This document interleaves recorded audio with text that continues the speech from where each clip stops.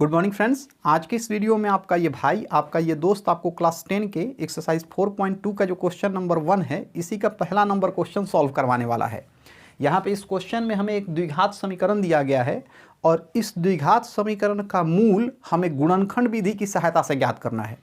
यहाँ पे एक चीज़ मैं आपको बता दूं कि इससे पहले मैंने एक सेपरेट वीडियो में बहुत डिटेल्स में समझाया है कि हम लोग कैसे गुणनखंड विधि की सहायता से किसी भी प्रकार के द्विघात समीकरण का मूल बहुत आसानी से ज्ञात कर सकते हैं।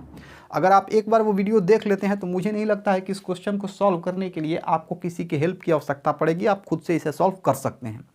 आइए हम लोग इस क्वेश्चन को सॉल्व करते हैं।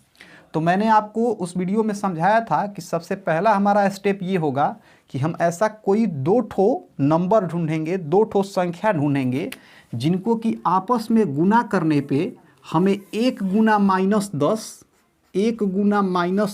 अर्थात -10 मिले। और जब हम उन दोनों संख्याओं को आपस में जोड़े या घटाए तो हमें बीच की संख्या अर्थात -3 मिले। कितनी मिले? -3 मिले। मैं फिर से रिपीट कर देता हूँ। यहाँ पे हम अपने मन से ऐसा कोई दो ठो संख्या ढूंढेंगे जिनको कि आपस में गुना करने पर एक गुना -10 अर्थात -10 मिले। और जब हम इन दोनों संख्याओं को आपस में जोड़े या घटाए तो हमें बीच की संख्या अर्थात -3 मिले। तो ऐसी दो संख्याएं जिनको आपस में गुना करने पे -10 और जोड़ने या घटाने पे -3 मिले, वो क्या हो सकती हैं? तो ये हमारी हो जाएगी -5 और 2। देखिए, -5 को 2 से अगर गुना करेंगे ना तो हमें -10 मिल जाएगा। और यही अगर -5 में 2 को जोड़ देंगे ना तो हमें -3 मिल जाएगा। मतलब हमें जो संख्या चाहिए थी ना वो हो जाएगी -5 और 2। तो अब आइए अपने प्रोसेस को आगे बढ़ाते हैं। देखिए, एक एक्स स्क्वायर है तो इसे हम एक्स स्क्वायर भी लिख सकते हैं, कोई दिक्कत नहीं है। तो हमने लिखा एक्स स्क्वायर। अब देखिए, यहाँ पे जो -3x है ना, इसको थोड़ा हम चेंज करके लिखेंगे, बदल के लिखेंगे। कैसे इसको लिख सकते हैं? तो -3x को हम चाहें तो लिख सकते हैं -5x + 2x। देखिए, -5x + 2x को अगर हम हल करेंगे ना तो हमें -3x मिल जाएगा।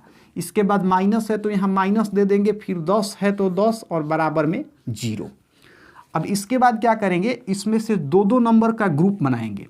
तो पहले हम इन दोनों नंबर का ग्रुप बनाएंगे और फिर इन दोनों नंबर का ग्रुप बनाएंगे। मैं यहाँ मार्क कर दे रहा हूँ। पहले मैं इस नंबर का ग्रुप बनाऊंगा और फिर इन दोनों नंबर्स का ग्रुप बनाऊंगा। अब देखिए, ये जो हमें दो नंबर्स दिखाई दे रहे हैं, इसमें से हम कुछ कॉमन निकाल सकते हैं। तो इसमें से हम क्या कॉमन निकाल सकते हैं? इसमें से हम x कॉमन निकाल सकते हैं। तो एक्स स्क्वायर में से अगर x कॉमन निकाल दिया जाएगा तो यहाँ आ जाएगा x, क्योंकि x में x से गुना करेंगे तो एक्स स्क्वायर आ जाएगा। माइनस है तो यहाँ माइनस। अब 5x में से अगर x कॉमन निकालेंगे तो यहाँ 5 हो जाएगा। अब इसके बाद यहाँ प्लस है तो प्लस दे देंगे। अब देखिए, ये जो यहाँ मैंने मार्क किया है दो संख्याओं को, इसमें से भी हम कुछ चाहें तो कॉमन निकाल सकते हैं। इसमें से हम क्या कॉमन निकालेंगे? इसमें से हम 2 कॉमन निकालेंगे। तो 2x में से अगर 2 कॉमन निकाले तो यहाँ x आ जाएगा, क्योंकि 2 में x से गुना करेंगे तो 2x हो जाएगा। इसके बाद यहाँ माइनस है तो माइनस लिख देंगे। अब यहाँ 10 है और हमने 2 कॉमन निकाल लिया तो कितना यहाँ आ जाएगा? यहाँ आ जाएगा 5, क्योंकि 2 5 10 हो जाएगा। अब बराबर में 0 है तो हम यहाँ 0 लिख देंगे। ठीक है। अब इसके बाद देखिए, x - 5 यहाँ भी, x - 5 यहाँ भी। तो इन दोनों में से किसी एक ठो x - 5 को हम लिखेंगे। तो हम यहाँ लिख देते हैं x - 5।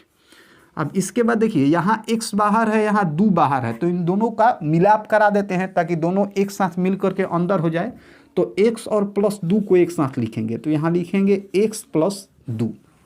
अब देखिए, यहाँ जरूरी नहीं है कि पहले आप x - 5 और बाद में x + 2 लिखेंगे। आप चाहें तो शुरू में भी x + 2 और बाद में भी x - 5 लिख सकते हैं, कोई दिक्कत नहीं है। फिर बराबर में 0 है तो यहाँ हम 0 दे देंगे। अब इसके बाद क्या करेंगे? इसके बाद हम पहले x - 5 को 0 के बराबर करेंगे, फिर x + 2 को 0 के बराबर करेंगे। तो पहले x - 5 को देख लेते हैं। लिखेंगे कि जब x - 5 बराबर 0, तो जब x - 5 बराबर 0 हो जाएगा तो यहाँ से x बराबर हो जाएगा 0, जो कहते हो -5 कूद के उधर जाएगा तो ये +5 हो जाएगा। तो x बराबर 0 + 5 क्या हो जाएगा? 5 हो जाएगा। अब की बार हम क्या करेंगे? अब की बार x + 2 को 0 के बराबर करेंगे। तो यहाँ लिखेंगे, पहले यहाँ हम लिख देते हैं कि जब x + 2 बराबर 0, x + 2 बराबर 0, तो यहाँ से x बराबर हो जाएगा 0, जो कहते हो, +2 इधर से उधर जाएगा तो ये -2, तो x बराबर हमें मिला 0 - 2। तो जब 0 - 2 को हल करेंगे तो हमें मिल जाएगा -2। तो x के हमें दो मान प्राप्त हुए। x का पहला मान हमें मिला 5 और दूसरा -2। तो यहाँ हम लिख सकते हैं कि ये जो द्विघात समीकरण है इसके दो मूल होंगे, पहला मूल 5 हो जाएगा और दूसरा -2 हो जाएगा। तो यहाँ लिख देंगे 5 और -2 और यही हमारा आंसर हो जाएगा। तो इस तरीके से जो हमारा क्वेश्चन नंबर 1 था इसे हमने सॉल्व कर लिया। अब इसके आगे की वीडियो में इसी का हम लोग क्वेश्चन नंबर 2 सॉल्व करेंगे।